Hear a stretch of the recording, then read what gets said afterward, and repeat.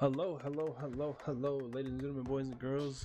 Woo boy, it has been a long while since we've had a podcast. That's mainly my fault. I've been distracted, and I apologize for that. But I am back in Florida, and I have with me my boys here. Have everybody here: Thane, Sam, Raider, the normals. Got a lot to talk about today, boys. Yeah. Oh, yeah. Okie dokie. All right. So a couple new things that we'll be talking on the podcast is we were talking about movies now as well, old school movies, new school movies.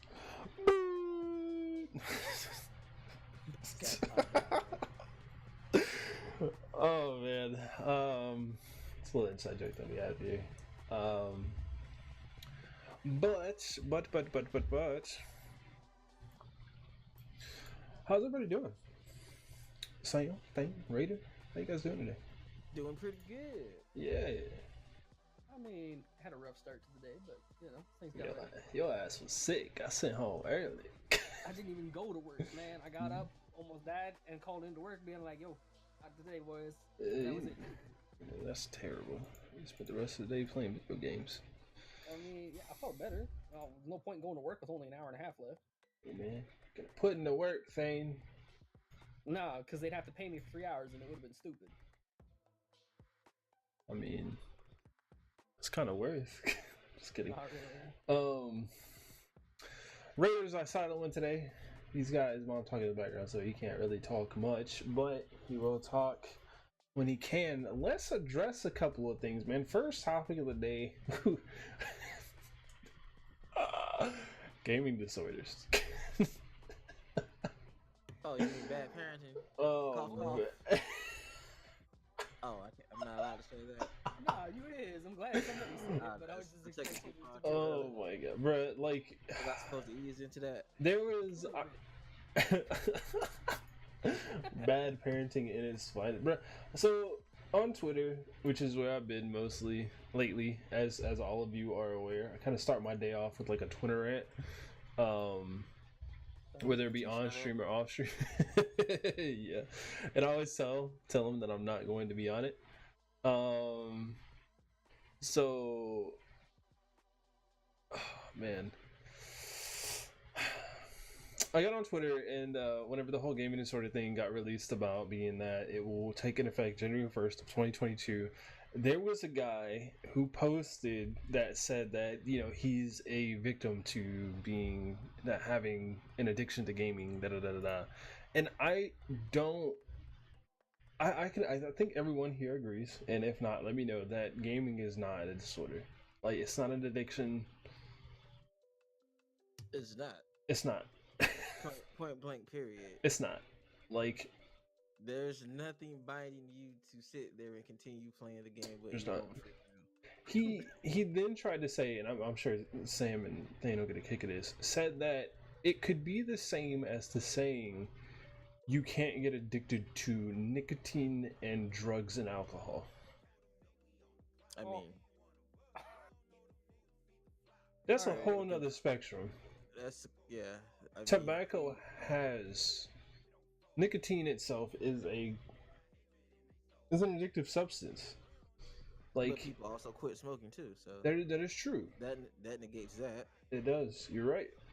As far as drugs, there's two types of addiction. There is physical addiction and mental addiction. Right. All right. Gaming disorder falls under that mental addiction category, whereas nicotine usually falls under a physical one. It's like now. Yeah, go ahead. There's a few different ways you can look at the spectrum of this circle that we're looking at, that is the gaming disorder. You can look at it from the physical addiction, where it's a stress relief, you do it for fun, blah blah blah, you have self-control and you could stop yourself. Then you have the mental addiction, which is where you just gotta go. You gotta be the best, 110% all the damn time.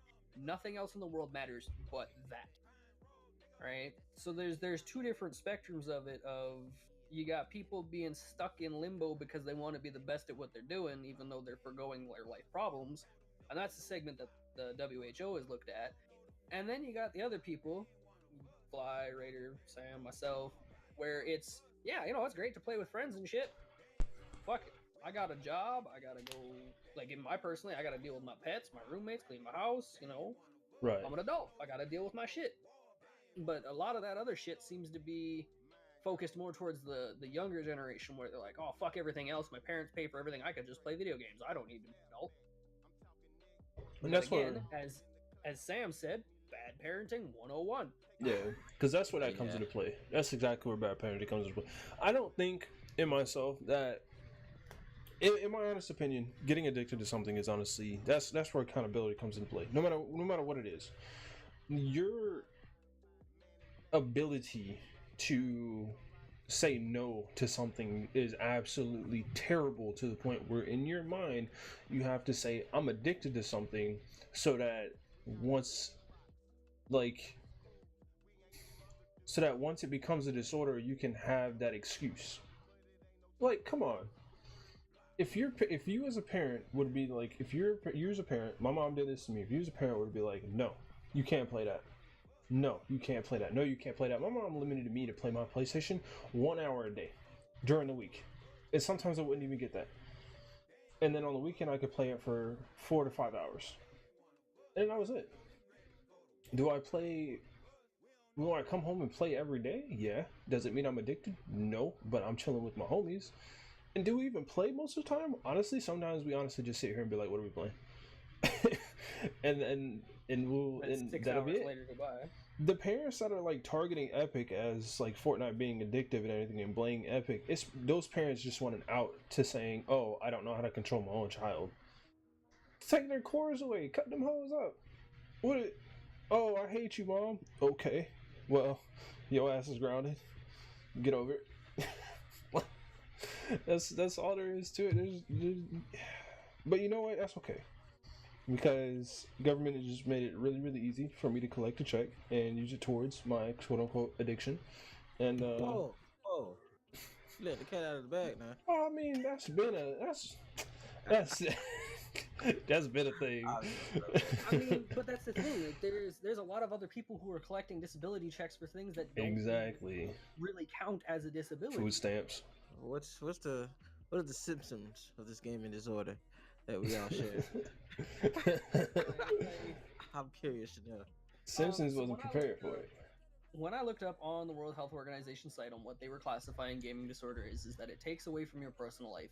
So inability to provide any sort of functioning job or monetary income, all this other shit. It's limiting you from being able to do that because you can't do anything else but play these video games. Okay, So by It that, comes down to either self-control or bad parenting. by that same narrative, can music also be addicted? yeah, Addiction? right. That is true. Like, I by want to be that a rock narrative that star. they're looking at. Yeah, by that narrative, technically, Said music gonna could have be two an addiction. disorders. Yeah, Making so here we movies, go. making low budget movies disorder. for like indie platforms Being a film and whatnot. student. Right? Like, I mean, any like by their classification, literally anything could be a disorder, and it's so stupid. Like, it really is. Like, for the parents that are out there that listen to this podcast here, honestly, quit being lazy. Stop being so passive with your children. Stop trying to be your child's best friend, and like parent them. Just parent your children. That's the problem with most children, man. Most parents, I'm sorry. That's the problem with most parents. They want to be their child's best friend because they feel like that's going to keep them in the loop with what their child wants to be. And that's what raises their child to push them away the most whenever they're like trying to be their best friend. Most kids will grow out of that stage. And find that perfect balance. Like, that's all. You can go to your child and tell them that they come to you, talk to you really about anything, but at the same time, you need to discipline them to where they know that, hey, you can't do that. Hey, you can't do that. Hey, you can't do that, because it's odd, man. But no, I don't beat my children. I can't hit him. It's physical abuse. No, fuck that. My dad beat my. And I don't. That's another thing, but that's we'll leave that alone. We won't go into topic on that. Because I mean, there's definitely alternatives. Yeah, it is. Other than to the people that say they don't want to beat their kids, because I don't really beat my kids unless they do something horrible. But like they do like Right. little minor shit. Yeah, Like Like- Mike I just- said, take their stuff away. yeah. I my oldest, I take his phone charger. So when that bitch run out of battery. But like, well, should have really thought about what she was doing. Like, you don't have to beat your child, but a good spanking every once in a while is good. Like, it really is. Like, a spanking every now and again is good for your child. I don't care what anybody says. I don't care how people take that. I really don't care. But it's good for them. I don't care. It's that thing. It's the difference between discipline and abuse.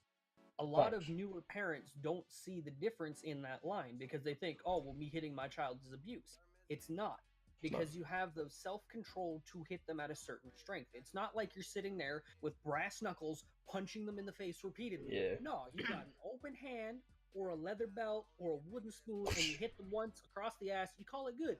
The butt heals. It stings because it's a bunch of nerve endings, but it heals Facts. right away, right? So there may be a red mark there for a few hours, but it's one-time discipline, and it's a mental note for the kid. I don't want my ass to hurt like this. Maybe I shouldn't do that. You take that switch. I always use the analogy of touching a hot stove. Yeah. Like, are you Shit shitting burns. Yeah. You wanna touch that shit again? It's the same thing. Like, your parents sit there and they're like, yeah, like you said, don't do that. You burn yourself the first time. Okay, I'm not gonna do that again. That fucking hurt. You know, it was the same thing. Like when I was a kid, my mom would limit me on how much I could play video games, right? Because when I was younger, I got really into Mario, Right. I went through that thing, beat that 110 times. It was the first video game I ever played, but I spent so much damn time on that I was failing in school. So my mom took away my cables, took away the controllers, took away the games, separated all of it, hid it all across the fucking house. No way I could find the fucking game. Right. And top it off, bent me over her knee and broke a wooden spoon over my ass. God damn. Like, and I'm not talking about one of those thick, like, dollar store wooden spoons. I mean, like, one of them old school thick ones. To Van Jababo. Yeah. And she broke that. Carve and shave that bitch with a blade. So, Sit she out broke there that in the shit over my ass. woodwork. And of course, I learned my lesson. I took the time. I was like, all right, maybe if I do better in school, maybe I won't get my ass beat. Maybe then things will be all right, and I could play video games a little bit more. So I picked up my grades, and things started looking better. But it's that whole thing of you gotta have self-control. Like, coming from us being an older generation of like the up and coming gaming, like of gaming, what it is. Like, of course, we have the generation before us, which was the older styles consoles, but growing up in the but growing up in the genre of the original Xbox, the first PlayStation, like when games were revolutionized, and we still had a taste of the Nintendo 64 and stuff like that, which was still revolutionized back whenever I was crawling. So it just gaming has definitely come a long way, and there's a lot of properties in gaming which make you want to come back to it and play it some more. Fortnite in itself, no, I don't like it. No, a lot of us don't like it, but it is a great game for kids all around of all ages, 100%. And it does have that property where you just want to keep going back and playing it, but at the same time, you can't form it as an addiction, because you as a parent should know how to limit your child. Just because they want to play that game over and over again doesn't mean that it's an addiction. It just means that they want to play it again. Like, you can't really They want call it that an addiction. satisfaction of that winning feel if they actually win.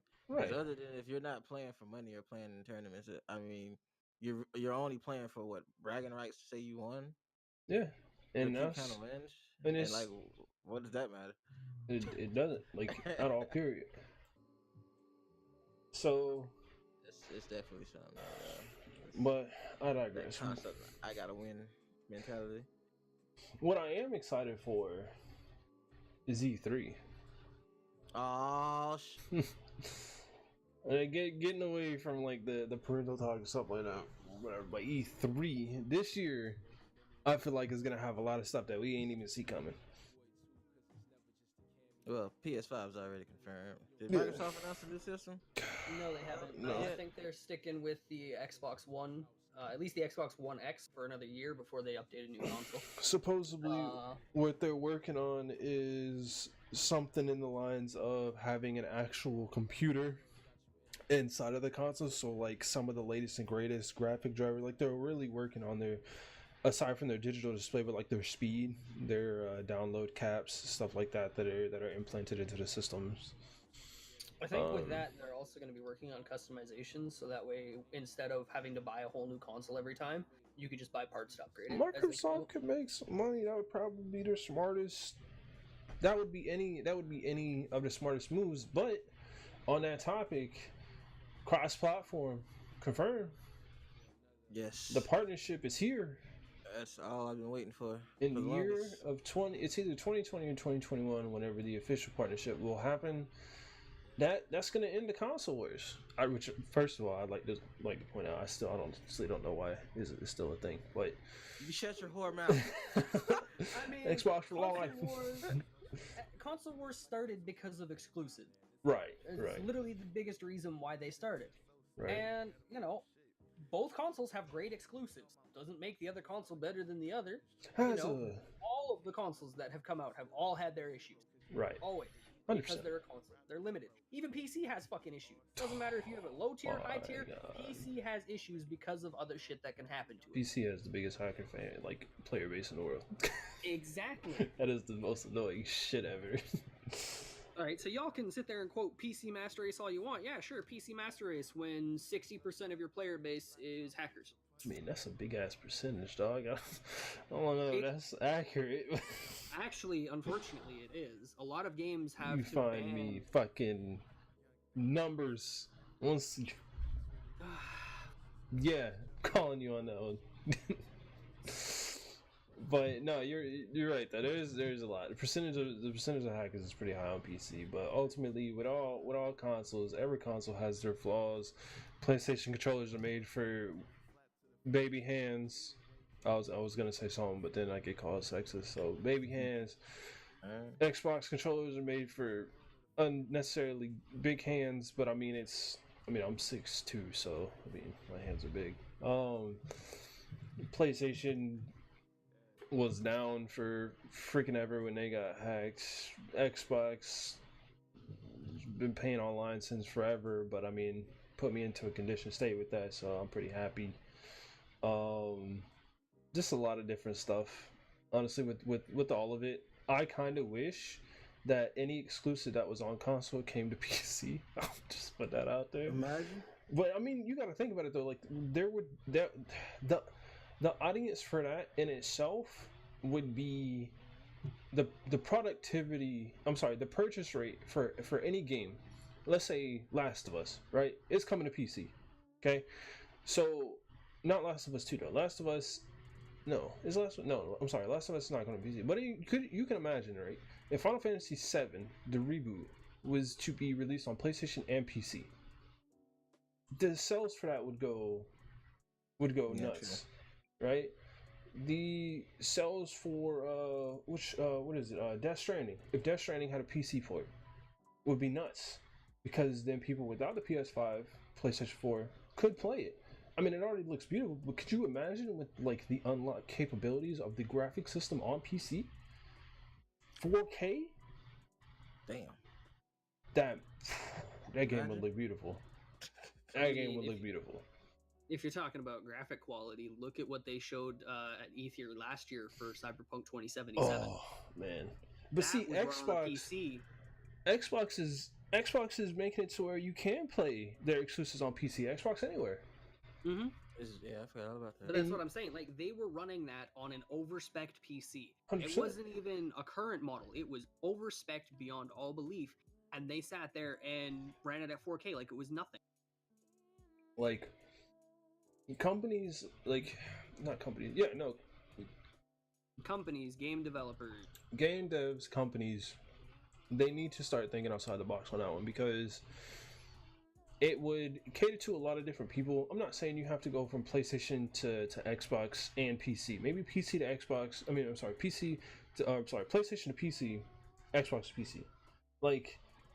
But I also understand they want the purchase rate of the console to go up. Like they want people to purchase the console more, and that's completely understandable. I mean, they got to make their money, right?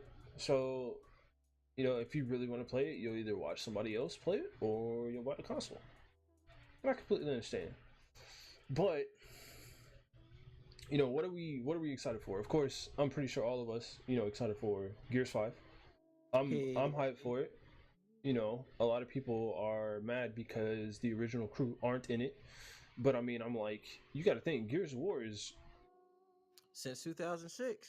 Like, they deserve a break. Let them That's the rest. thing, though, with the story of Gears from Gears 1 to Gears 4 has been a 20-year jump.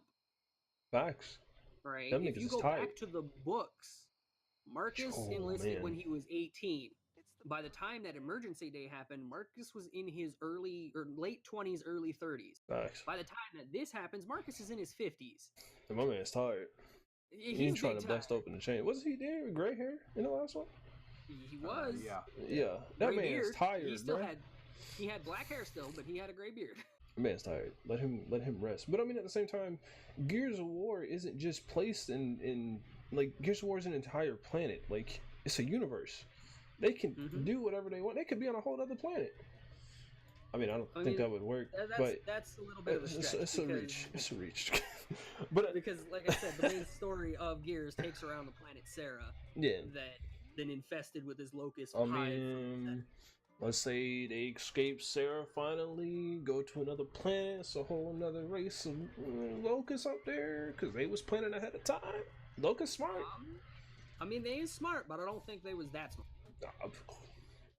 Besides, we've already seen what the main air quote story is going to be for Gears 5 anyways. It's going to revolve around a girl, and I'm for it. Yeah, and I love the fact that they're bringing out a chick as a starting character. Because I enjoyed playing as the females. 4-player co-op. That too.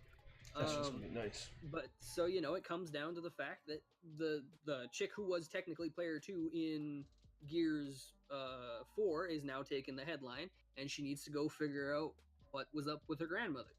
Isn't her grandmother like a part of the Locust? Or something like that? Or am I lost in the story? She's been given a Locust emblem from her grandma. Oh, but we don't actually know who her grandmother is. They didn't go into detail about it. That was the end, yeah?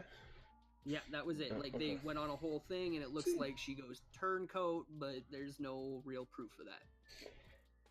What about, what are the thoughts on Halo 6? I know we haven't seen anything on it at all.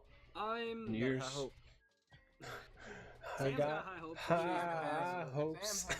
I got high hopes. I give them all a chance, regardless of what Halo it is.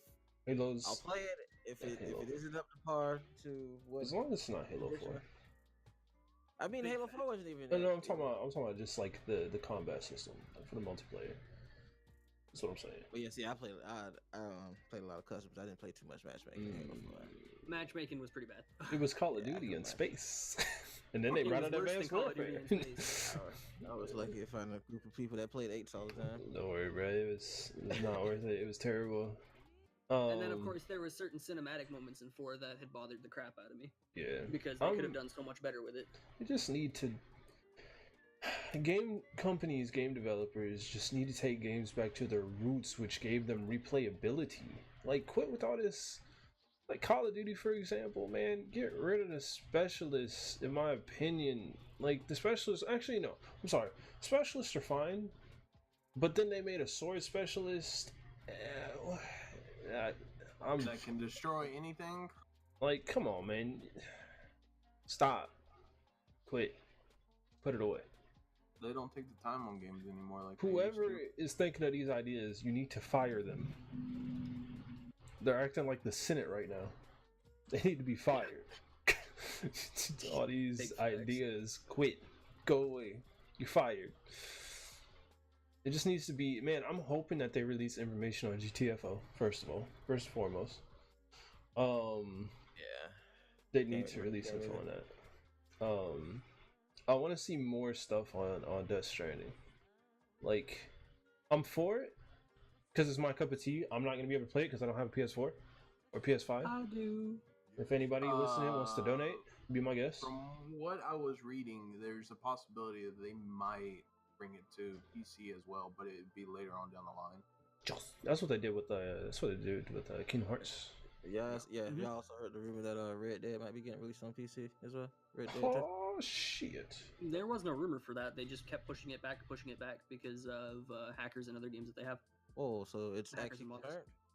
Yeah, it was confirmed a while back, but then they sat there and Well, they're like, shit. okay, well, no, because originally what happened is Rockstar Games released their Who the fuck was announcement I? saying that, hey, so we are planning on putting this out on PC, but be warned, if you guys screw with this in any way, shape, or form, like you have been with modding and hacking in GTA 5, we will revoke this.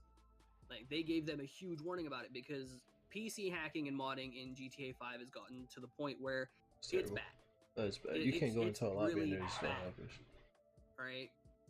So Red Dead is very, very, very on the fence about actually coming to PC or not because of that. They were telling people that, if you guys mod and hack this shit on console, we refuse to release it on PC. There's one So thing right between, but Oh, it's the same thing though. Like a lot of these people that are doing it on console will do it on PC too, right? yeah, I mean, So, to me, there's one thing on like modding visuals, stuff like that. Like when on GTA, you go to offline mode and like mod a custom game. That's one thing, right? Like you're not interfering with anybody else's like playstyle online. You're not messing with anything like that. I don't mind that. Have fun. I love that. It's kind of like the Steam Workshop. It's great. It's made for you and your friends, and it doesn't affect anybody. But when you go into a multiplayer lobby, I don't understand hackers. It doesn't make sense to me. Modders and hackers don't make sense to me. Like, how do you have fun when all you do is sit back in autopilot? Aimbotters since Modern Warfare 2 days have just blown my mind. well, it's because they get to pad their kill stats and their win rate, and then they don't care about anything else. They don't care about actually having fun. That's like Right. this is a terrible like analogy here, but I mean it's like giving quadriplegic the ability to walk in an augmented reality game, right? They're just like, they're able to walk and everything like that, but whenever they take it off, like they still can't walk. So it's like you give these people that are trash at shooters and aim hack, wall hack, stuff like that, and then they take off the hacks. You garbage. And I still have respect for anybody that quadriplegics or anything like that. Yeah, but still. Yeah, no, the analogy is the same, right? Like you give somebody something that they don't initially have. How is it fun for them when they have to leave afterward? Like it doesn't make any sense. Like what are you proving at that point? You're not proving a single thing. Like you literally aren't doing anything for yourself. It's terrible. I need hacks. Yeah. I phone you need. All right. But Honestly helps nothing. You cheated the video game. Okay. So Now what? right? Like, okay, but you can't throw these hands off of your ass, mate. It's not gonna take you to the big leagues. It's not gonna get you anywhere. Hey, you just pub stomping. Great. Okay. Then it makes Fantastic. it even worse whenever you're hacking and you still get beat. I will forever give the biggest thumbs up to Epic for suing the hackers. Like, just do it.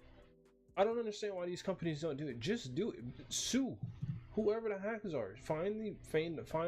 Have a team that's just straight dedicated to finding out how, like, finding people giving out hacks online, and just sue them. Sue them as a whole. Collect your bag. Be done with it. You guys have enough money. What's the issue? What is the issue? The outlash. Yeah. Like, What public outlash though? The biggest thing that they would get is, okay, they're suing a bunch of 12-year-olds because they were cheating in a video game. But that's the thing. It states that depending on the game, they either shouldn't be playing it in the first place, or B, that any online interactions can and will be pursued. Fortnite did it. They sued a 13-year-old. And his mom tried to fight it for him, but Epic was like, "Nah, it's in the terms of service. Whenever you click that I accept button, and for him being under the age of 16, being able to create the account illegally, anyways, which of course, I mean, there's tons of people on it, and I'm sure that they've changed it since. But for the fact that he made the account and accepted the terms of service, it says you're not able to alter or manipulate any of the game files. So the fact that he did it." Makes him liable. Exactly. So what you're gonna do is you're gonna take all that money you decided to make off of this hack, and you're gonna pay it back plus damages. I mean, shouldn't have done it. Should be it, and that's where we go back to the parents. Watch what the hell your kids are doing. like, You right. like it's not hard. That can only be stated for the kids that are still living at home, though. True. Right? When it comes down to other people who are older, I mean, like when, that's their fault. let's put it this way: if we're gonna get talking about this topic now about hackers, look at the dude who was applying for, I think it was Phase through Apex, Oh man. and he was caught on stream hacking, view botting, and chat botting. Yeah, that was terrible. Right? It was funny to watch him get banned. Oh yeah. So not only did he get banned from Apex's platform, he got banned on Twitter, he got banned on Twitch. It's just like I sat there and I'm like, what makes you think that that was a good idea to stream that? It doesn't make any sense to me. Like, it really doesn't. Like, these people that hack and everything, and they have ways to cover it up and stuff like that. Like, when people watch you play, they watch your movements, they watch how you're getting these kills, they watch what you're doing. These people are so blatant about it, man. Like, just because we can't see, like, on your screen that, oh, I have this software right here, and for me, you act like we don't know. We've been playing these games for years. Yes, we're going to know. If you're just like the other day whenever I called the kid out on CS for hacking, like, bruh, you're headshotting every single round, and I'm sorry, but if you have that ability, you're not about to smurf. You're not about to smurf. And even then, if you did smurf, you're not gonna get all headshots. Then even if you are doing that, why are you still in comp? Why wouldn't you be doing like Ain't this? you doing? Yeah, like. Then to get banned in mid game. Bruh, his said convicted on. Like he was motherfucking. He got locked up for real. It doesn't help that you deny it blatantly mid-game and then all of a sudden, boom, convicted. Doesn't make any sense. Doesn't make any sense. But you know what doesn't make sense either? It's new Call of Duty. So it's a reboot? Yeah. What the fuck? We didn't ask for this shit. Call of Duty confirmed as a reboot. We didn't ask for this. How many times are we gonna go over this? And it's Modern Warfare. I mean, if they're doing Modern Warfare again, that would be stupid because they've already done a remaster. Exactly. So if they're, well, I mean, it wouldn't be so bad if they're rebooting the series because that one was one of the better two optional sets. What's going to be? They did say it was going to go into the Cold War, right? Instead of something like that. So are they just scrapping the previous timeline and? I think it's just going before Call of Duty 4. What? It's gonna be going. So it's a prequel, pretty much. Okay, so if I can get on board with that. Yeah, that's fine. Because if they explain it that way. Yeah, they're bringing all the way back. If they bring him back, that would make the most sense. Because I mean, obviously he's alive, right? But then I guess in this sense you would play as Captain Price. Yeah. Yeah. That would make the most sense. Yeah. Him as being the main character if they did it that way. But the thing is that they would have to tie it into the one mission in Call of Duty 4 where you go back in time to go assassinate Makarov. Did you play as Price or did you play as Soap during that mission? You played as Price with his captain before that because it takes place in Russia just before the events of Chernobyl. Yeah, they were talking about all I know is what they have confirmed is that it is going to be at the place of where I guess what was it called? No Russian whatever that mission, story mission. The airport? Yeah. Oh shit. That's Modern Warfare 2. That's 3. You sure? Yep.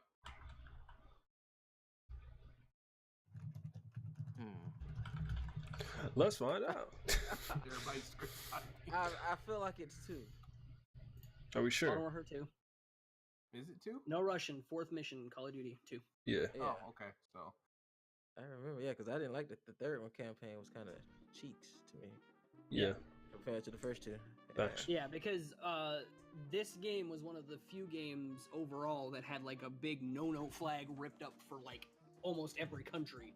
Because even though when you go into the mission, you have the option to not shoot civilian. Yeah. It is still a mass civilian shooting simulator. Now, there was a few countries that sat there and were like, well, no, we're not going to allow this, so you couldn't shoot. Other ones that totally just entirely blocked out the mission.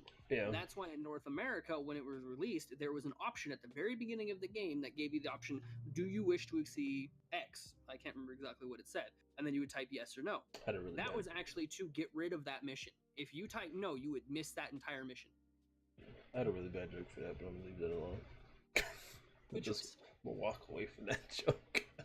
I'll wait. But man, gotta love it, man. Sensitivity at its finest. It wasn't even that. It was just one of those things that it was back then. Yeah. Because when Call of Duty came out, this was before the big sensitivity thing came out. That it was just seen as a no-no because it's giving people the wrong idea. Yeah, you're right. You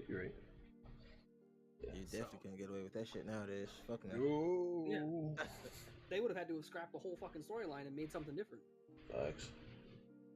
Or at least make you shoot rainbows and butterflies. I think it would have been pew pew marshmallow, pew pew my eye. I think it would have been really cool if it would have been a Ghost 2. I liked Raiders' thoughts on that one. I think it would have been really nice because Ghost was a really underplayed game. I had my issues with it, but at the same time, when it came to online multiplayer, that game in itself was a lot of fun. I didn't like the fucking pubs with the IEDs and the dogs. No. That was the only thing. Yeah, pubs itself for that game weren't great, but the competitive scene was phenomenal. Right? And that's where a lot of people hold their gripes with the game is because of the public matches. Yeah. It's just like, okay, so then don't play the public matches. Go find online matches for GBs or whatever, right? Have fun with those. Well, you gotta think about the casual audience. It appeals more to them than it does to that's what it is.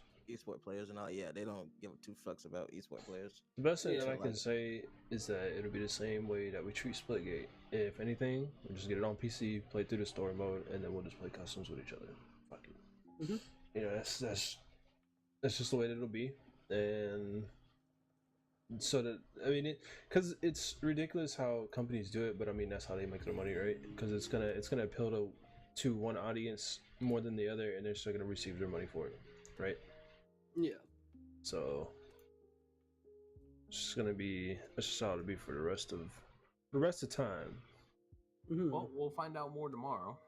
I can say this though, if I am born again for whatever religion people believe in, and I'm alive again, I hope I get brought into augmented reality esports, and I hope I'm interested.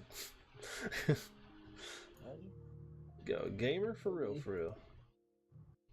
The best way to say, hey, I just respawned. Facts. Could you imagine if they made it to where you could remember your last life's memories? Holy shit. We're not getting to that. That's a whole other topic. I ain't trying to do that.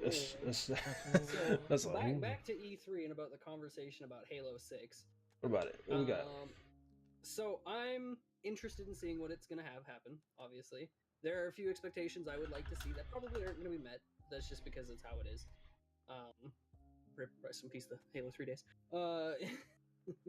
So, I mean, it is going to be called Halo Infinite, though. That is confirmed. Yes, that is confirmed. That has been confirmed since E3 last year. Facts.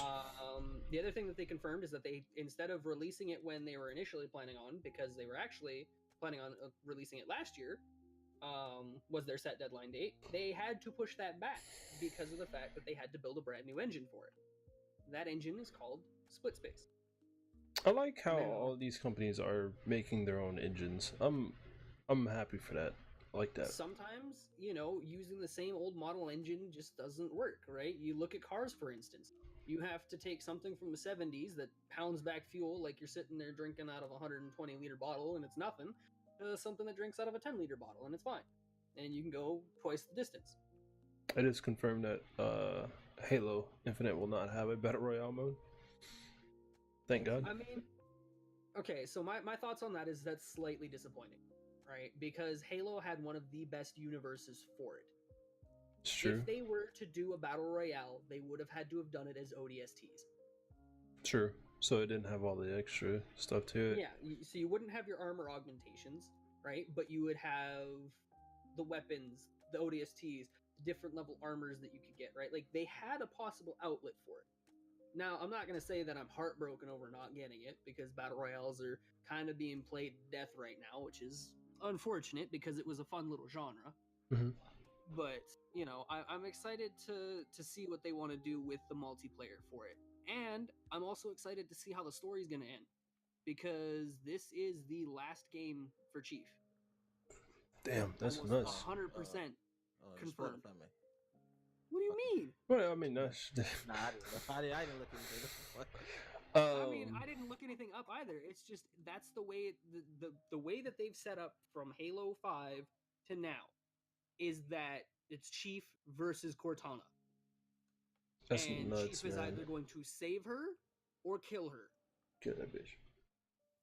Man, don't do that. Let her die. Right?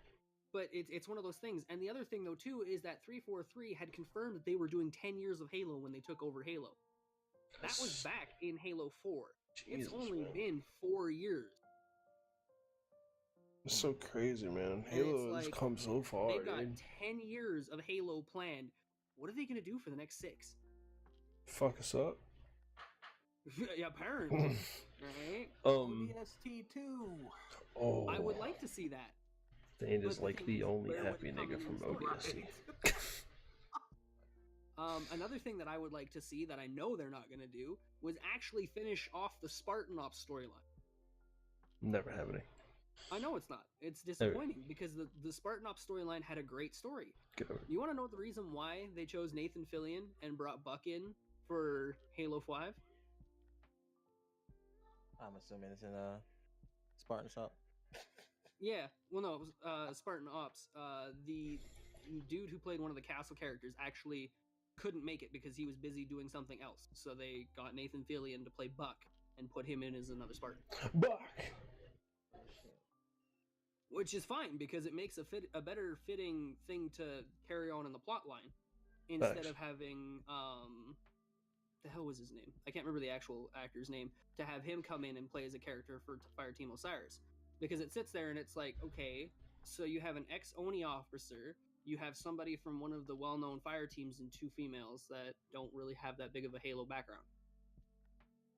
That kind of makes sense, but it makes more sense to have an ODST on the team who was given the designation hyper lethal when there's only 3 other people in the Halo universe who have that designation: Chief and Noble 6. What is confirmed right now is that Halo Infinite will be on PC. Possibly they are actually testing it. They're testing Halo through PC. So it will be made for PC through consoles. Wait. It'll be made for PC, ported to console. Facts.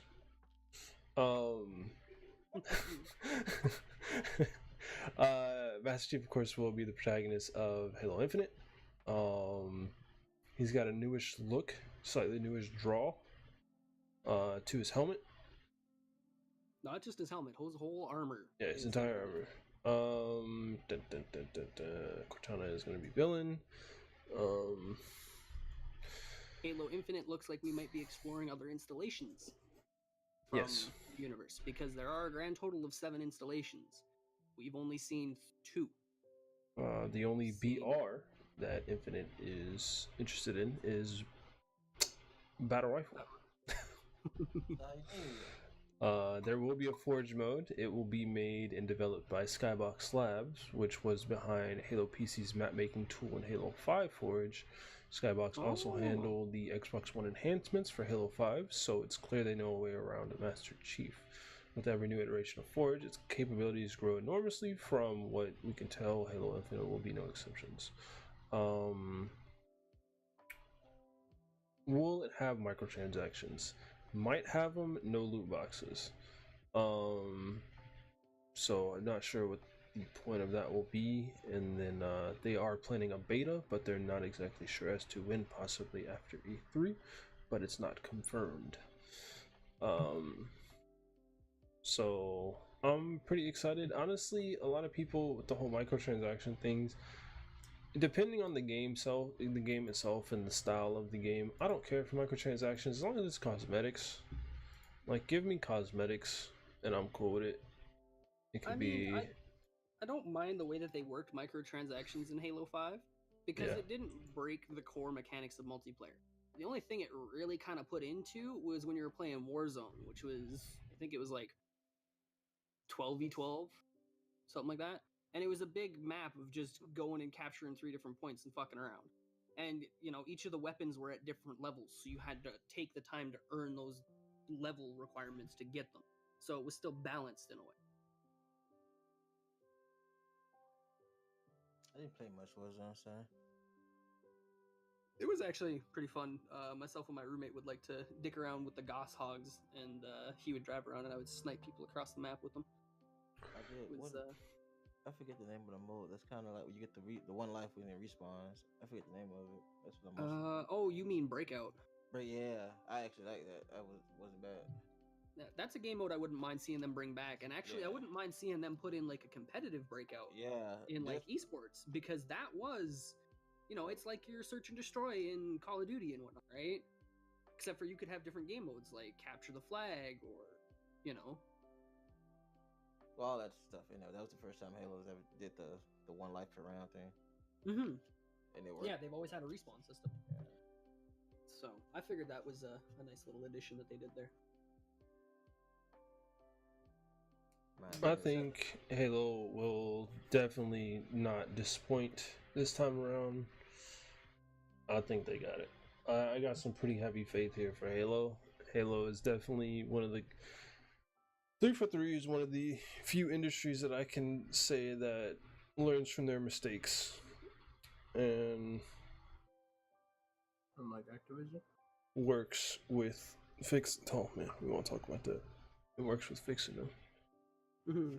I say that 343 took the mantle from Bungie and they handled it really well. Yeah. One other thing that I'm kind of excited to see at E3 would be some more not DeathStranding. Oh god, Doom needs to go ahead and come the fuck out already. It's true. Bro, I've been so excited for Doom Eternal, man. The soundtrack for Doom 1 was absolutely blissful, to say the least. Like, it was just enough heavy for it to be liked by tons of people. And in the same token, like, for as heavy as it was, it didn't feel that heavy. Oh man, it just sounded so good. It was so rhythmic when you were just running through playing the game. You could sit there and just, it didn't matter how you played the game. You could be the take it slow, pick them off systematically, or you could be the charge in and beat the crap out of them, and the music fit the mood no matter what you were doing. As bad as it was, though, like, I didn't even really pay attention to the music my first run through. I just popped up the sound. Why did I have to scroll through Twitter? I just found one day I was like, you know what, let me listen to Doom soundtrack on the new soundtrack, and I pulled it up and I heard it, and it was absolutely just, the sound of it in itself was nuts. I'd play a clip for you guys, but I don't know if I'd get copyright or not, and I really don't want to have Although the video can put the YouTube soundtrack link in the link below when we're done. Oh, Facts.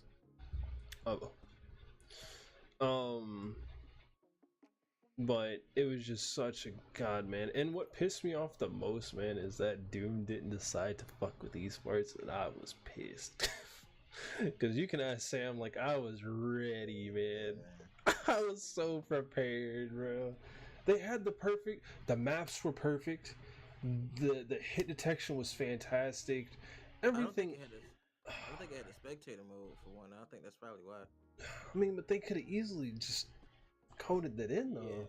You know? Yeah, but Probably at, would've been at too much that of a- time, esports wasn't that big at that time either. Yeah, It wasn't like yeah. that. So you never know. It might happen this go around. I mean, Just the only everything thing felt is so good in that game. Yeah, but looking at the way that it was kind of like Quake Arena in a sense for the way that it played. So they could have easily put in a spectator mode for it, right? And just done it the same way that Quake did. Yeah, this is true. I mean, I honestly don't know why it didn't have an esports scene. It should have. At least like allow you to play on the tournament sites, UFG, game battles, and all that stuff. But The way I look at it is, I mean, regardless of the matter, you know, I am just really, really, really, really excited for Doom Eternal. I hope I see more gameplay on it. I want to know when the game comes out so that I can play it. Always. You haven't seen any gameplay on it? No, there's been gameplay of it. I just want to see a release date for it. So when I watch the gameplay, I can be excited and properly prepare myself for the correct date and time of said release for the game. So that's really the only thing that I'm super. Those are a few games that I'm looking forward to. I don't really know of any other games that are coming out. What was the game called? I mentioned it earlier. I'm not sure what game you have in mind, but I know that my roommate's been pestering me about Cyberpunk 2077 quite a bit. That's gonna be a beautiful game. In fact, yeah, well, the cinematics are already above and beyond. The little bit of gameplay that they've given us has whetted people's appetite so much. And I'm just sitting here like, you know, it looks like a great game, and it looks like it'll be a great story time too. My biggest thing is when can we have a release date? I mean, that's the one thing. They haven't given us a release date, and they've been working on this game for 7 years. The biggest thing with me on games is I don't care how long it takes for them to release it, right? As long as the game itself is being worked on properly and everything's, you know, doing what it's supposed to be doing, etc., then I'm cool with it. But, you know, even if they don't necessarily give us a release date, I'm completely fine with it. But one of the biggest things to me that I feel like is truly important is just to make sure that you keep your audience like in the know. Like, just let them know. Just be like, hey, this is what's going on.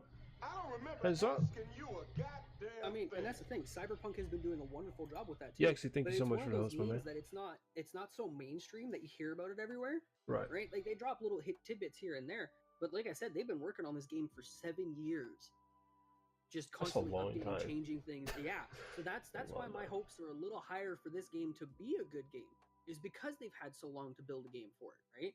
Now, I know that for this studio, it's one of their first big, massive projects, but at the same point in time, it's like, you guys have put a lot of damn time and effort into this, and I'm pretty sure you're going to win a lot of people over with that. So I'm excited to hear a release date and maybe see a little bit more of what's going on with the game. Because, you know, the fact that it's going to be a single-player, kind of like D&D style Cyberpunk game is kind of interesting.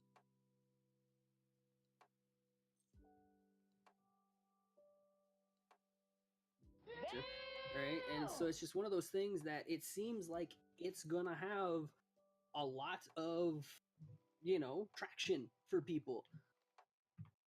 Like my roommate has gone head over heels with this game. Like he's been following it since they first announced it, and you know, keeping tabs on it and shit. And like he just cannot get enough of what this game is gonna be. And like for me, I'm trying to maintain my chill about what's coming out for E3 and everything else, because I've been let down by so many games in the past for them being overhyped and just ruined because of it. So I'm trying not to let E3 get to me for it, but I am excited for the fact that E3 is coming up right away. I think Fallout solidified that. See, but I wasn't so hyped for Fallout. Really? I was. I like the Fallout games, and they're great single player. And, you know, the thought behind Fallout multiplayer was great, but I just kind of figured that there was going to be so many damn problems with it, because take Fallout 4, for instance. Yeah. And the amount of problems they had in the first year of that game being out that it took them forever to fix. I was like, if Fallout 76 is going to be anything like Fallout 4 is, and they're running it on the same engine, I'm not going to be impressed. Right.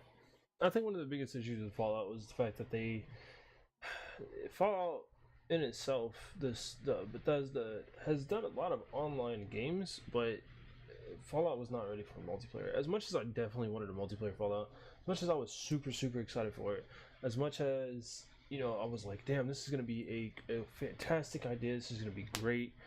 I knew that they weren't ready for it, and when they released it, it was the PvP and everything else was completely just it was screwed. It was completely fucked. So that's what initially killed it for me. Oh, why can I not think of the game? Last of Us 2. God, dude, I for some reason could not remember the name of the game. I'm hoping to see more from the Sinking City too. That's gonna be really nice. I'm 100% sure that that'll be at E3. Sinking City looks like. I love psychological thrillers in movie genre. I love psychological horror games. I try and break them up into parts, but you can ask Thane. I went from playing Resident Evil 7 to beating Resident Evil 7 13 hours later on stream. Mm-hmm. It was painful, but I made it, and I love the game. I don't care what anybody says. Resident Evil 7 was phenomenal. Yeah. It was a great game. I don't care what anybody says. But I think that Sinking City has a lot to offer. Their trailer was definitely really good. The ending of their trailer, for those that don't or that aren't aware, definitely look it up. Definitely threw me off because I was like, "What the fuck?" And I think Thane had the same reaction. Thank Did. you all did. Yeah, It's really good. What in the goddamn fuck? That shit definitely caught me off guard.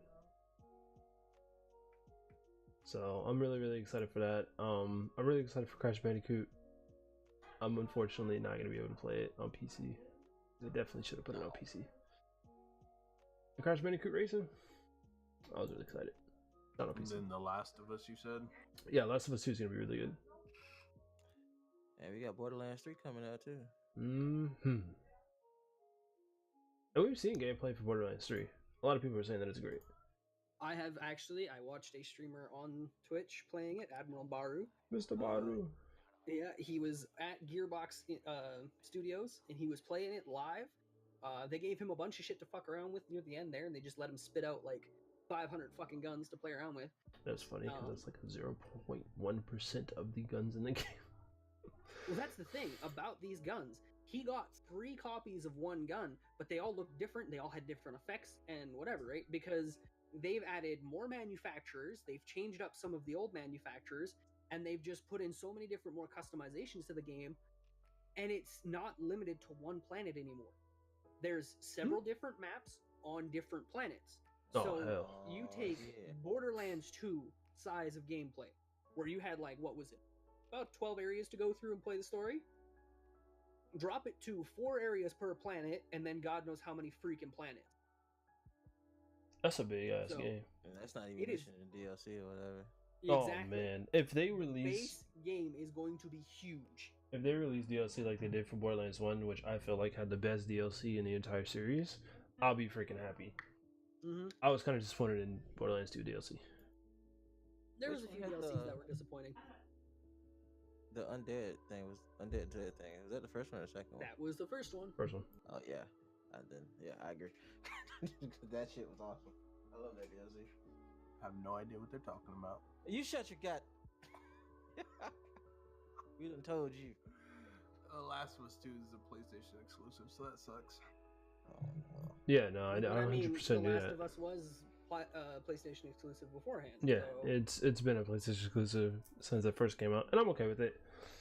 I Thank God I have a PlayStation. shut up. You ain't even gonna play it. I played the You first say- one. You still ain't beat God of War. I don't want Yeah, that shit. bro. Yeah, all right. Just sit over there. Don't even talk about. Last You of got a Us PlayStation. that I have played it twice, and it is It's a beautiful from what game. I had gathered better than God of War.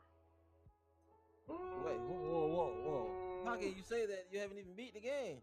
Are we I don't need talking to. old school God of War? No, or he's the talking about a new one. God of War Okay, 4. I can see from a story narrative that Last of Us was better, Gameplay, but man. from a gameplay narrative, God of War takes it home. God, Mm. There is the no... development in Kratos and his son in general is absolutely nuts. That's definitely is. definitely one of those things.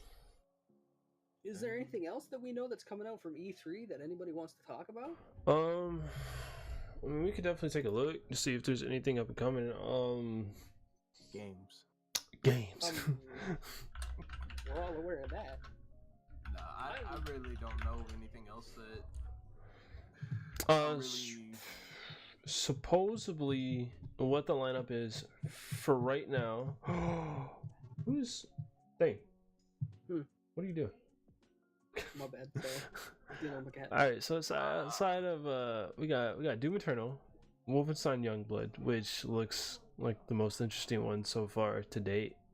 Gears 5, Sea of Solitude, Babylon's Fall. I don't know.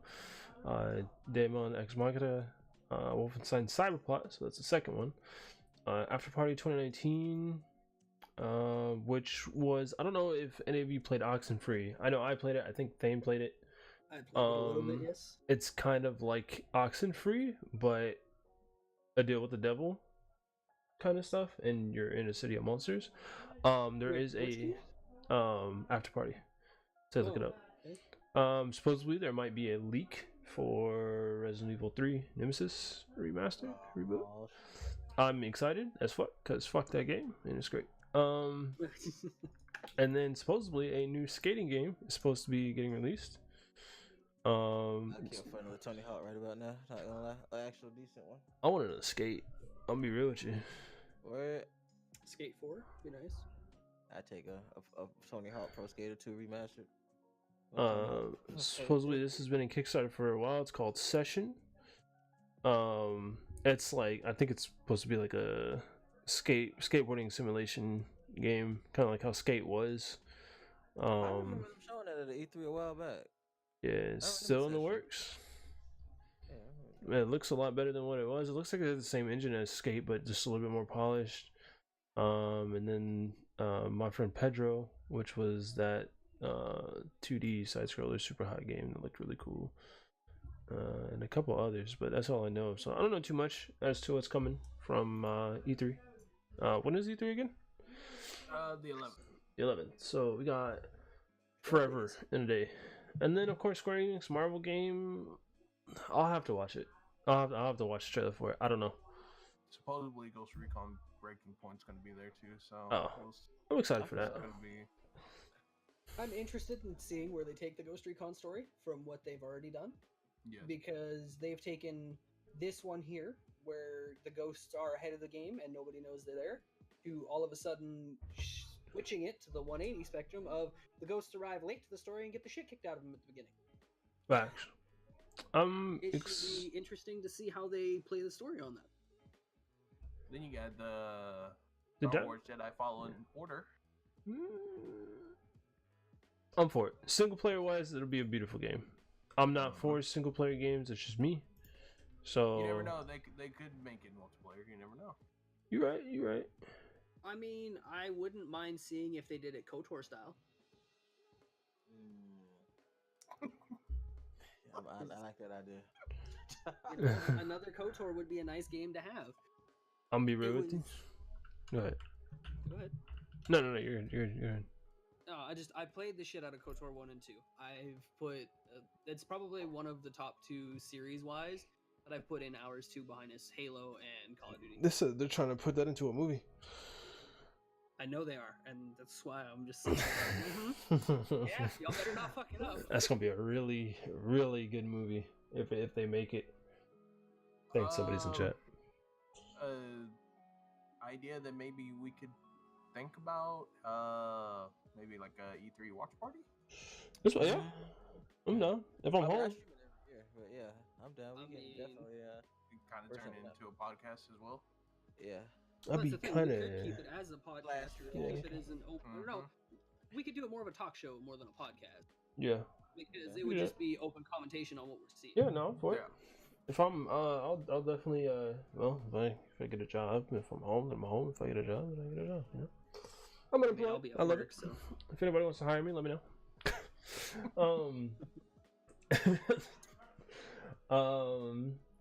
What are some on the topic of E3? Probably has nothing. Actually, has absolutely nothing to do with it. But going over to upcoming stuff. Phase 4, Marvel leaks. What movie are you guys most excited about? We got a confirmed for Nova. We got Doctor Strange, Illuminati, Black Widow, The Unstoppable Wasp, Guardians of the Galaxy 3, Fantastic Four, which means they already have the cast for it, and I'm really excited to see who it is because Fox has no more rights to them. Mighty Thor, Black Panther, Secret Empire, Ant-Man versus Master Review, supposedly Donald Glover and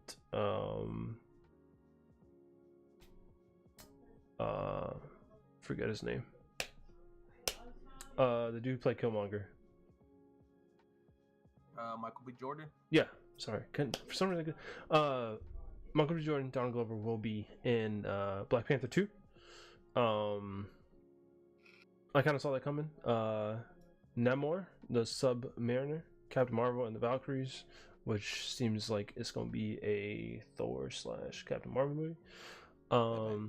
Spider-Man Dimensions, Avengers 5, the Thunderbolts, and Warlock. That's pretty. Adam Warlock's in his own movie? Yeah, I guess so. I mean, hey. See, right now, my top 2 that I'm excited to seeing is Black Widow, because it's the origin story for her, and Guardians 3. I want to see Spawn. It's not on here. I know it's not on there. If Spawn was on there, that would definitely take the top spot. I'm excited to see Nova, because Nova will fall into Spider-Man. Like, those two will be together, and I'm pretty sure Nova will be in Avengers 5. 100%. Hands down. There's no way. I'm excited for Black Widow. About it. Scarlett Johansson, yeah. My main reason behind Guardians 3, though, is because they are taking Thor, the Unworthy, and putting him to Mercenary Thor. Yeah. From the comics. For it. Which should be an interesting thing to see. That'd be pretty nuts. The Mighty Thor leaves very big questions on what they're planning on doing there. I mean, I'm pretty sure it'll be the follow-up. It would have to take place after Guardians, yeah, because of the fact of the thing. But it depends on if they're going to do it one of 2 ways. Are they going to go female Thor, or are they going to stick with male Thor? I'm pretty sure for right now it'll be male Thor for a while, because his contract's still in there. If we're talking logistics, that's not what I'm talking about in that aspect. If you look at the comics, from the time that Thor goes to being a mercenary pirate, which is when he joins the Guardians of the Galaxy, that's when, if you watched Endgame, some stuff happens, and female Thor comes into play after that in the comic series. Alright, so it comes down to, are they going to actually present female Thor, or are they just going to give Thor his power back?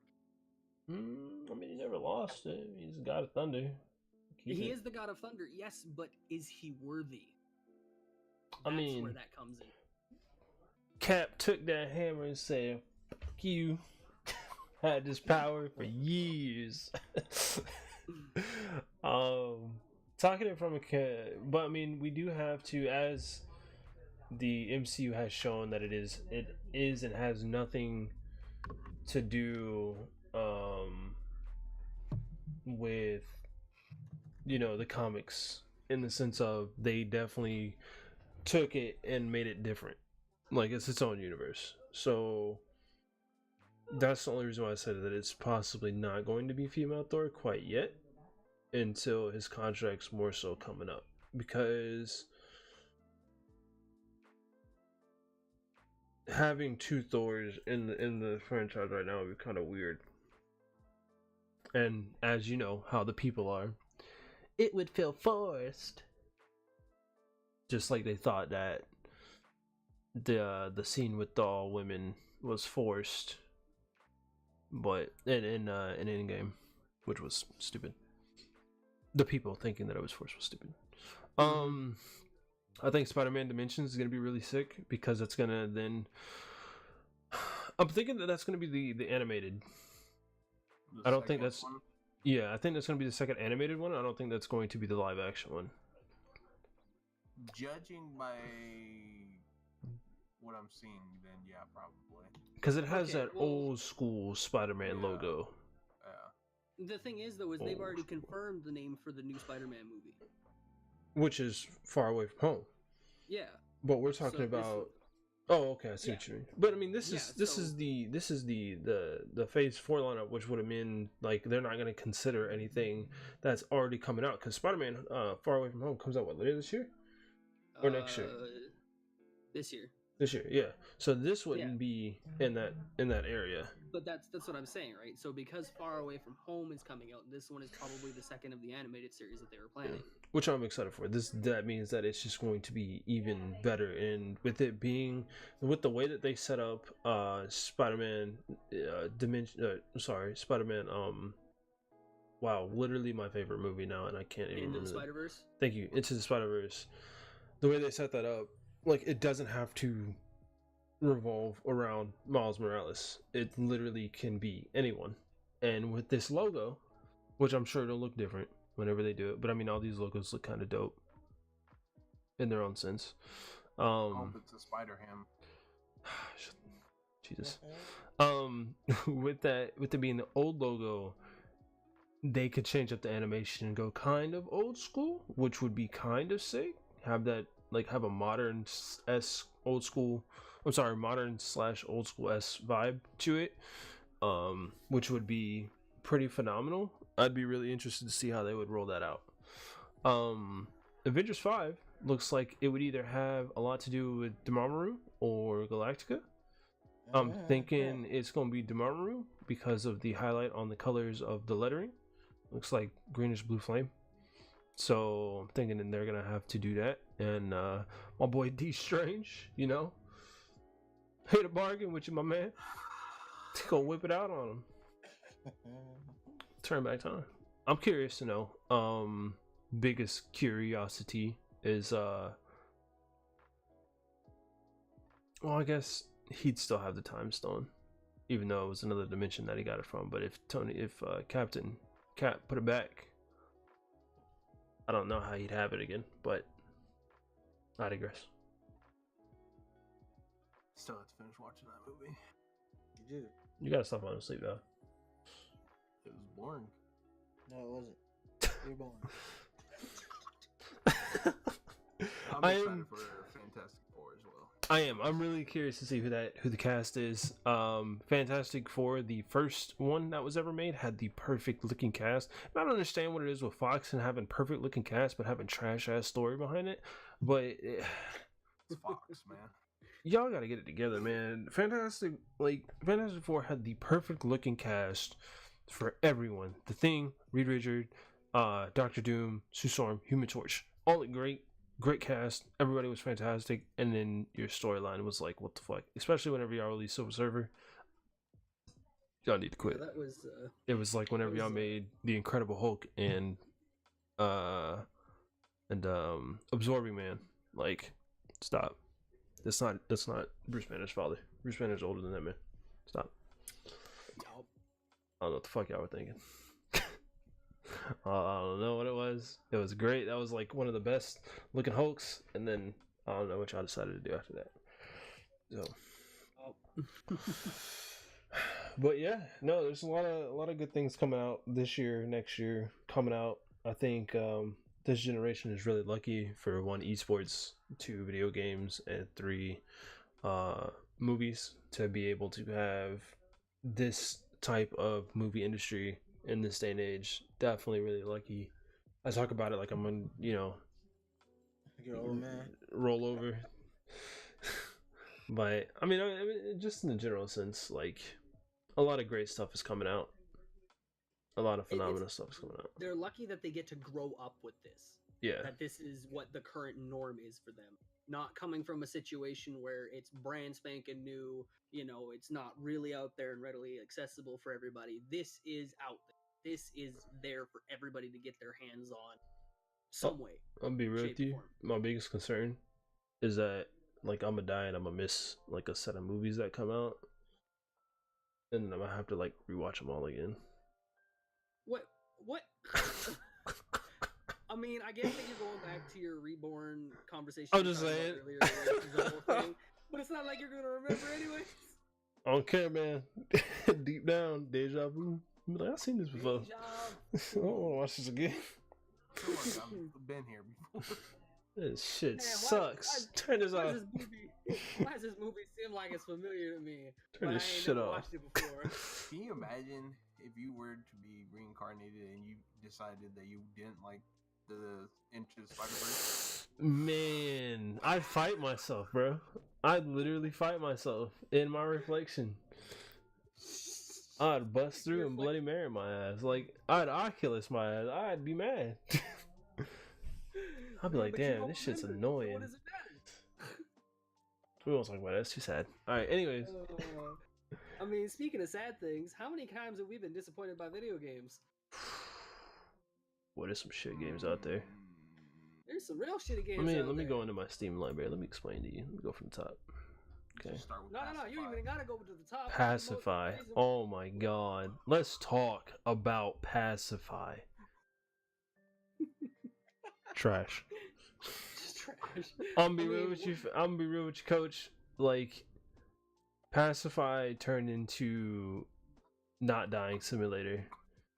Like, all you had, no, collect doll simulator. I'm sorry. It was literally the easiest thing. All you had to do was put all the dolls into the room, close the door, put all the dolls into the furnace, light it, and then just have 3 people stand in the way of you, and then you win. Like, that's it. That's the game plan. That's how that works. It's in any game. Scary the first time. Yeah, no, 100%. Because you didn't know if you could, like, touch her or not. And, like, or run past her. Or you would die. Oh, spoiler alert if anybody hasn't. Yeah, spoiler alert. What about CSGO? Pretty disappointing getting I mean, there was that roguelike that we were playing that was disappointing because of the fact that I ended up killing you. I talked with the dev. We're fine. We're okay. I know that the I devs re-downloaded are fixing it. But at the same point in time, it's one of those things where game devs are putting out games that look really promising, but are really disappointing in the fact that there's certain things that should have been told but aren't told. Facts. Biggest facts. Right. I would like to address Fractured Lands. I'm gonna be real with y'all. Man, boy. They had the promise for such a good game. Like, boy, it oh had boy. so much promise from the amount of times that I've watched you play, you know, with the setup and everything else. But not listening to their community, not going through and properly promoting the game, and then charging way too much for it. Like, You charge $30 off rip for your game, and in beta, me playing the alpha, me being an original Stormrider, like, Unbroken Studios had, like, some amazing ideas for the game, and I could tell their roadmap was phenomenal. But your idea to take Mad Max turn into a battle royale was phenomenal. It was great. It was fun to play in the beta. It was fantastic. It didn't run terrible, and that was surprising. But then you released the game, and it was completely unfinished. You had homing rockets. You had unfilled lobbies of like 20 people in it. You had lag, frame tears. Like, you used the Unreal Engine incorrectly, and it showed. It was terrible. You had people able to survive in the storm for like 30 years. I lost so many games to that, and I was pissed.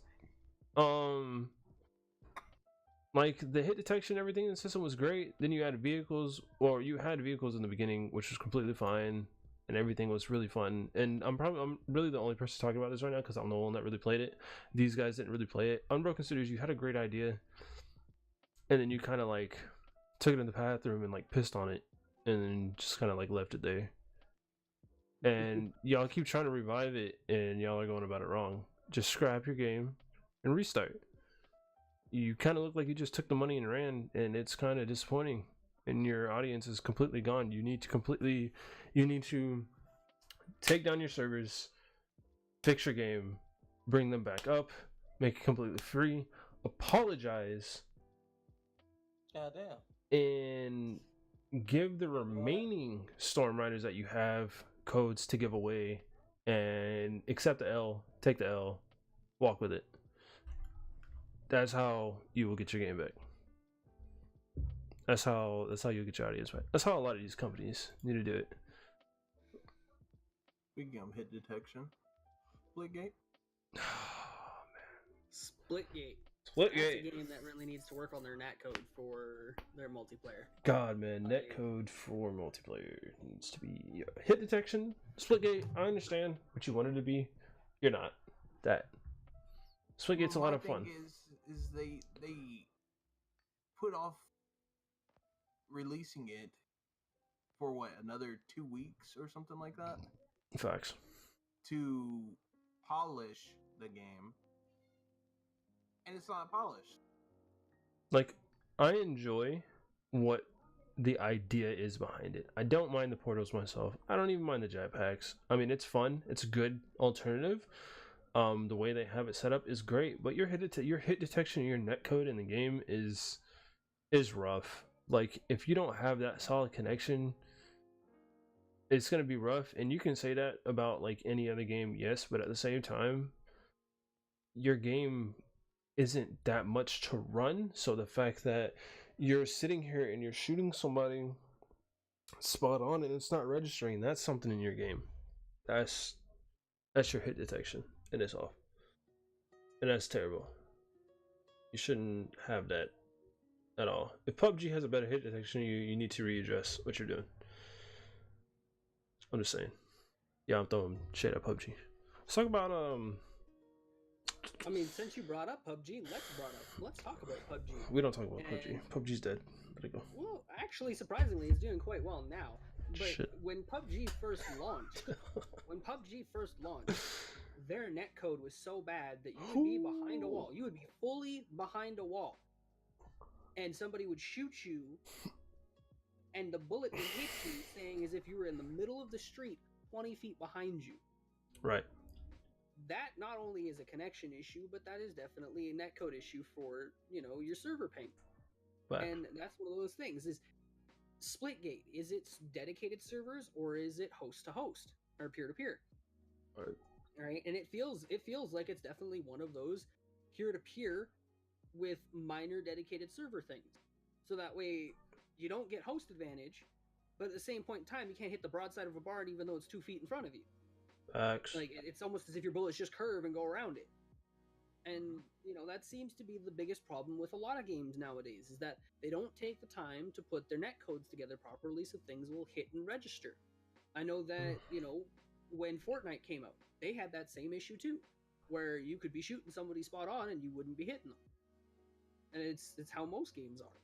It gets really, really annoying that we have all these game devs that are putting out games that they've worked on for 3-4 years, whatever, and then all of a sudden they start pumping them out year by year, and they're not getting any better. They're just getting worse over time.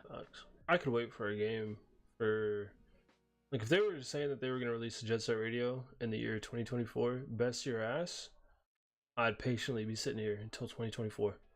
Oh, I'd be. If I was scheduled to die in 3 days, my ass would extend that to 2024. Like, I would be doing my damnedest to make sure I stay alive just to play the first hour of that. Limited oxygen, 1 breath an hour. Yeah. Well, I don't know about that, buddy. I don't know that. I'm pretty sure you'd be dead before then, buddy. Yeah. But no, it's disappointing that these game developers are out here trying to push out these games every year because they feel the need for it. If you really want to entice your fan base to play your games, take time with it. Put good care into it. Actually show that you give a damn about your community and not the money that you're getting. Biggest thing that comes up next would also be games that hit the ground running and take off, like Apex Legends. Biggest example.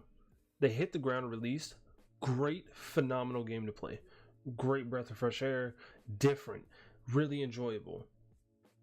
Still with no content after about, what was it, 5 months, 6 months? No, yeah, 5-6 months. Yeah, 5-6 months. Yeah, no content. 5-6 months. No content at all. The only thing they've added right now has been 3 new characters. They added 3 new characters? And 2 new guns. Who's the 3 new characters? I know we got Octane. Who the fuck is the other 2? Well, we had Mirage and Mirage came with it though. Mirage and no, I know, but like what you call what I'm it? saying is Mirage and whatnot were like purchasable characters, so you didn't have them right off the rip, No, we gotta talk about like right? But for besides full-on that. DLC characters, yeah, there's been one character and 2 new guns.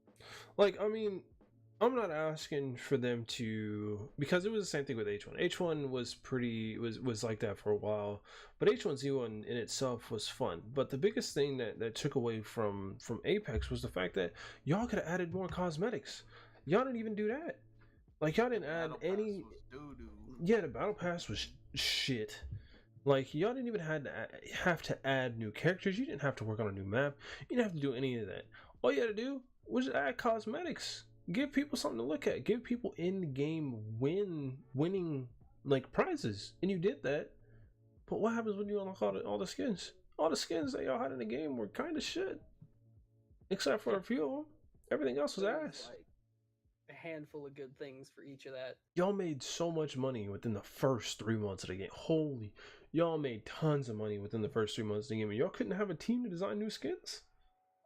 New skins for your characters that actually looked good. New skins for your guns that actually looked good. And we're not asking for a lot. I'm not asking for a lot. But come on. Another game. Risk of Rain 2. Your mod community saved you. Would have been nice if they dealt with the hackers too. Oh my god, bro. Video game companies, devs, sue these hackers. It's not hard. Just sue them. Stop not suing people. Sue them. Everybody doesn't need to be sued. Sue them. Sue everybody. Everybody sue everybody. Yeah, if you Student. guys are worried about negative publication things and whatnot due to the fact that you're sitting there suing these people, no matter the age, for hacking, you guys have with all rights to do so because of your terms of service. Your guys' terms of service specifically say that you guys cannot alter or do anything to such game. Within your bounds, you have the right to sue these people. That would then make your community X amount happier Yeah. and be more willing to play your game. Would you rather a Right. loyal fan base or just an up and growing fan base that just has hackers in it? Like, you're not gonna survive. Your game will die. People will your game will die. Apex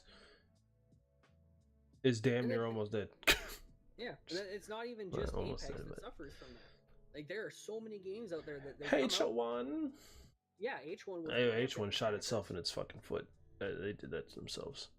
Yeah, but even then, it's like I said, it's not just those games that suffer from these hackers that they need to get rid of. Right. Like, even Halo, for Christ's sake, Halo 5 has hackers. Still Jesus. does. Imagine. CS:GO. CS:GO runs rampant. CS:GO though has a big system in place that they're trying to get rid of the hack. Boy, And it's being able blatant to. that they're trying. Whenever I see a hacker get banned mid game, that shit makes me so fucking happy. That shit turns my Yeah. entire game around. I could be Yeah, it losing doesn't- 16. I could be losing 14-1. I see somebody get hacked. Whoa, let me tell you. So it's just one of those things that companies and game devs need to work on is getting rid of hackers. And then maybe half these games that come out wouldn't be so damn shitty. Facts. Second game off, Risk of Rain 2. As I said earlier, your modder saved you guys. I'm pointing that out right now. Like, how long has this game been out? I put 86 hours in this game.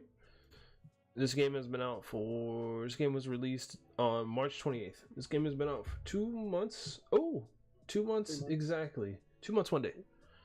Okay, I'm not saying that I'm impatient, but a game like this, you guys either need to go ahead, release it to where people can make maps.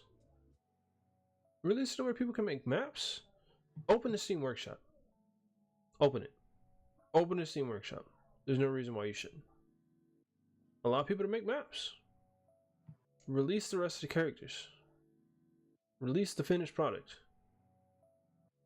Don't let your modders carry you to victory and not giving them any credit for it. That's the reason why I continue to play is because the modder runs. I'll be real with you. I'm be real.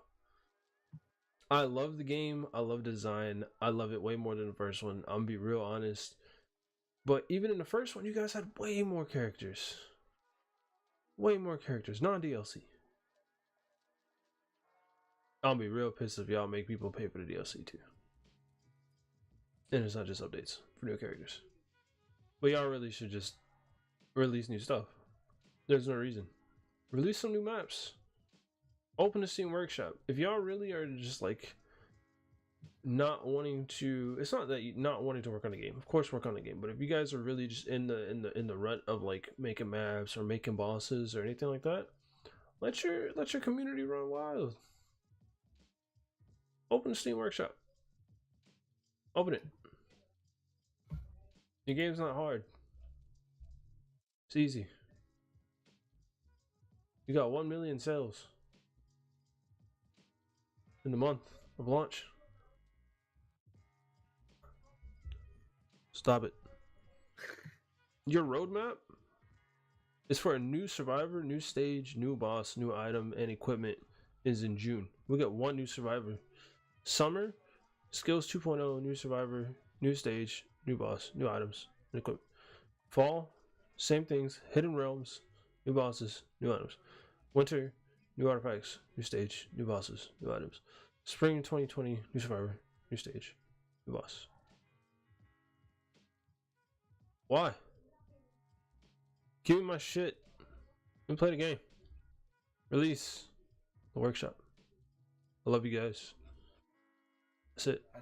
Hashtag release the workshop. Hashtag release the workshop. But you know, that's a lot of games that, you know, like you sit there and, like you said before previously, when you're talking about like offline modding and whatnot, that it for some games it helps them, other games it hinders them, right? Like it just depends on the type of game. right. You know, there's a lot of games on the Steam Workshop. Slay the Spire, you know, being the one that I'm going to pull out my ass here because I've put more time. Oh, and Dead Cells. That I put so much more time playing those games because of custom-made mods that the community has made. Man. And because they're single-player games, so they don't affect Facts. anybody else. And the other thing, too, is if you guys are worried about, you know, the fact that you guys want to bring out a leaderboard, okay, so when you detect custom mods put in the game, because you can have a program that does that, it automatically disables the leaderboard, and none of the stuff gets tracked on the leaderboard. Problem solved.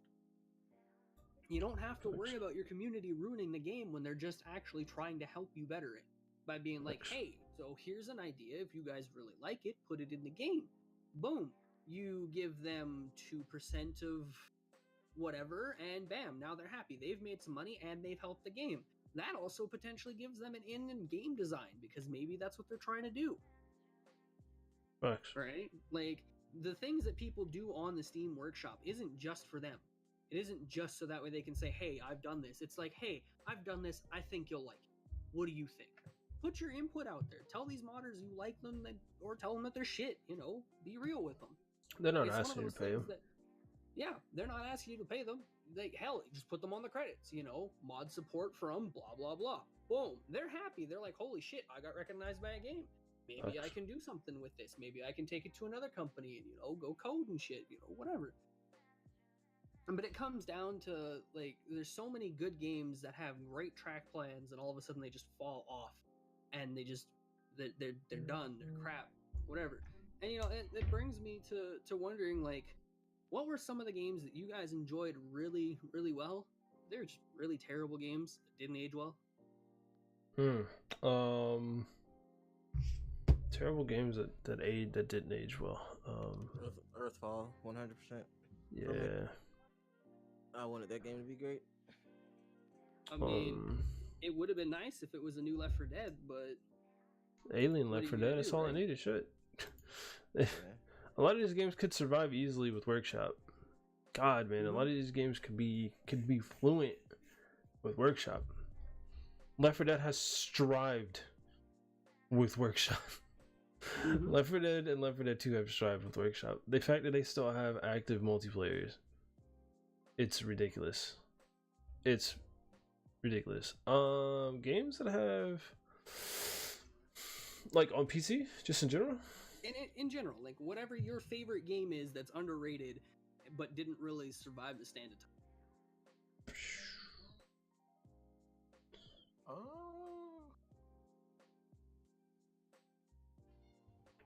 I want to say Perfect Dark, but that was like so long ago. It doesn't matter. Perfect Dark could have been great. Perfect Dark was one of those games, but it's just one of those unplayable ones. For me, it was Haze on the PlayStation 3. You know, it had a really interesting storyline, because it goes from a super corporation Yeah. that's trying to help colonize the planet and shit, and all of their soldiers are juiced up, super soldiers, to finding out that the rebellion you're fighting against is actually trying to stop the company because all of the super soldiers, air quotes, are literally people hooked on drugs, killing innocent people for no reason. That's fucked.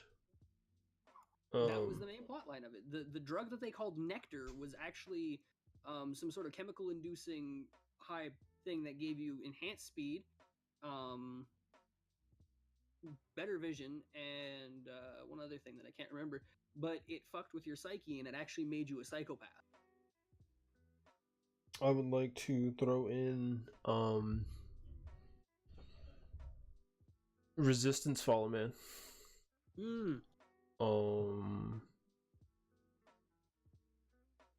I had like two others, but I forgot them. But Resistance Follow Man was one of the main ones. I could get behind that. Resistance 1 and 2 were really good. Army of Two. Army of Two. Oh man. God, dude. That game had so much promise. Oh. Then what the fuck? I loved the first Army of Two. Yeah, so did everybody Army else. Of Two 40th Day. Yep. Was okay. It could have been better. And then the Devil's Cartel. Yeah, we don't. Like, why? Just why? Got caught up in the thing, man. Yeah. Going back to Resistance, like I said, Resistance 1 and 2, great storyline, did really well. Remaster. And they brought out Resistance 3. And I was like, why? Like, there's no reason for any of this. Y'all could have just ended it with 2 and called it good. But when you bring up the storyline and do what you did to it, like, ugh. It's terrible. It was really bad. That's how you ruin certain games, is you don't end it where it should have ended, and you add stupid shit. It's the same thing I could say for, like, the Halo series. Like, Halo 3 could have been the end, right? Right. But they had to go and make Halo 4. And Halo 4 had to start the way that it did, with a goddamn paperweight. And I don't care how many times I say it. The reason I hated Halo 4 the most was because of that intro. Because of that first opening cutscene where, Chief sets a missile against a Covenant cruiser and the damn thing paperweights. It flakes into 2 pieces and calls it good day. And I sat there and I was like, why? You go back to Halo 2. Even before the Halo 2 remaster, you go back to the original Halo 2. The Chief pilots a Covenant fucking bomb into the middle of the goddamn ship. The same spot where that goddamn missile hits the cruiser in Halo 4. And you get this beautiful light show. In Halo 4, it's just click, break, scuttily float across the screen, and then all of a sudden it gets sucked into the fucking planet. You had more explosions when Chief was falling to the fucking ground in the planet than you did when the ship blew up. Where does that make sense? I was gonna say, I literally just had it in my head. It's terrible. Why do I forget things? It doesn't help that their multiplayer wasn't great. The ideas for what equipment and power-ups they wanted to use were just garbage. They should have just left those alone instead of doing what they did and left it at Halo Reach style items. Instead of bringing in the hard light shield, which was literally one of the most useless items in the game. Because, yeah, sure, the hard light shield would save you from getting sniped when you're walking out in the open, but it only has limited use, and then you still can't sprint afterwards. Burnout. Which one? Paradise. Yeah. Had a lot of potential, and they could have done better with the DLC. All they had to do was keep Burnout the way that it was. Same thing with Need for Speed. Mm-hmm. This last one, this Need for Speed, was it Takeover or some shit like that? Trash. Multiplayer was worse than the one before it. How? How do you do that? How do you make trash multiplayer? You have a game that still has a stupid active amount of multiplayer on it. and you made it trash. How? I mean, you can constantly repeat how, but it's not going to fix the problem. But it's one of those things. Like I personally have never been the biggest fan of racing games. I'll play them every now and again. You know, whatever. Burnout was fun. It was a nice little get together with your friends and smash them into walls and shit and have fun with it. Just because you suck don't mean nothing. No, the reason why I didn't play them wasn't because I wasn't good at them. It's because they just weren't my cup of tea. You told me you suck. I'm not the greatest at them either, but I'm not the worst. Told me you suck. But anyways, my forte has always been strategy games and shooters and card games. Right. You know, that's always been my comfort zone when it comes to games. So, you know, when it comes down to sitting there wondering why a game is as shit as it is, I mean, there's nothing we can do about it. But yeah. See you over there with that. Take your little mischievousness and shove it, buddy. But all in all, are those things? All in all, there's a lot of stuff coming, and guys, I'm so sorry that I haven't made a podcast in a long time. These guys have kind of been on my ass about that, and I do plan on making them more constant and be back in the groove of things, and we'll get right back on it, honestly. And yeah, so if you guys have podcast topics you would like us to go over and cover, we will be posting links to Twitters down below, so you can send them to myself or Fly, or just put them in the comments below. But the one thing y'all gotta make sure y'all do is like and subscribe, and follow us on Twitch. We are there most often streaming. Myself, Sam, Raider when his internet isn't doo-doo cheeks, and Thane when his internet isn't doo-doo cheeks either, or when he decides to stream. Man, we don't bring that. Come on. Also, you can follow us on Twitter. Any of our social medias, they'll all be in the description below. Other than that, man, it has been fun. This podcast has been great. This is a long podcast. If you made it to the end, I appreciate the love and support. I appreciate it so much. If, like Thane said, if you guys have any topics that you guys want us to talk about, you know, let us know. Of course, I want to thank Rogue Energy for hitting us up with that partnership for Double Helix. Remember, guys, if you need anything from Rogue Energy, use that code DHGG for 10% off. And Aporia for making great jerseys. And you guys for being awesome. I do thank you guys, Thane, Sam, Raider, for helping me out with the podcast. No problem. It's always good to have y'all. And yeah, we will talk to you guys later. And remember, this has been the N.O.S Cast, New School, Old School podcast. We cover everything and anything from video games to movies. You guys have a great day.